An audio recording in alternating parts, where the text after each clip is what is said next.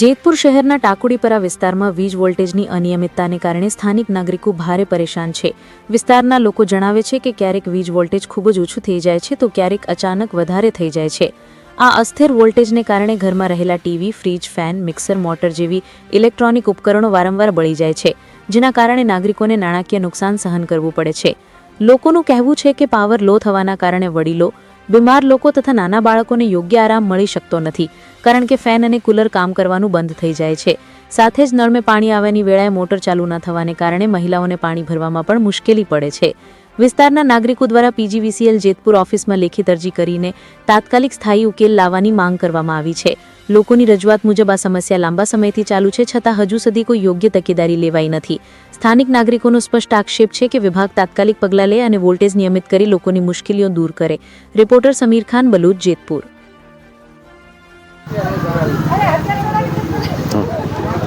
આ પાવરનો પ્રોબ્લેમ છે, ગઈઢા હોય એ લોકોને સુવામાં પ્રોબ્લેમ પડે, રાતે લાઇટ વહી જાય તો બપોરે લાઇટ વહી જાય, છોકરાઓને વાંચવું, લખવું, સુવામાં પ્રોબ્લેમ પડે, પાવર રિટર્ન આવે છે, એનું શું કાંઈ સોલ્યુશન જ નહીં।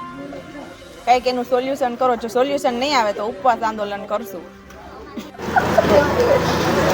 જો અમારે લાઇટનો બહુ જ પ્રોબ્લેમ છે, અમારે કેટલા વર્ષ દીથી આવી રીતે આમ થાય છે। હમણાં ફ્રીજ ઉડી ગયું છે, હમણાં 5,000નો ખર્ચો થયો છે ફ્રીજનો હતો, અને રાતે 12 વાગે તો 12 વાગે લાઇટ વહી જાય છે, 4-5 કલાક ક્યારે તો વહી જાય છે।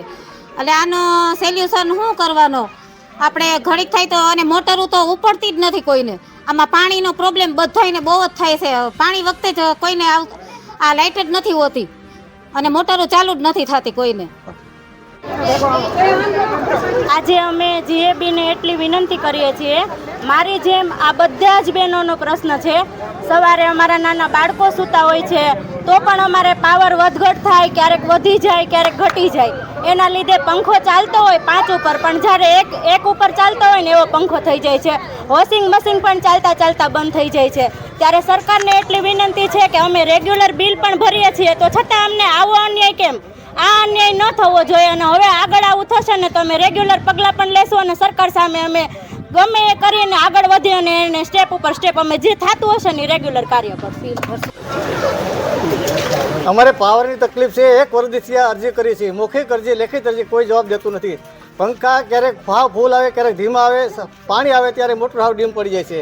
પંખા 5 ઉપર હાલતા હોય છતાં 0 ઉપર હાલી જાય છે।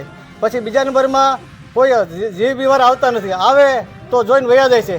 અમારી કોઈ ફરિયાદ સાંભળતું નથી। છેલ્લે અમારે વિસાવદારી કરવી પડશે તો એને જીબી વાળા આ ધ્યાનમાં લે અને અમારું કામ પૂરું કરે।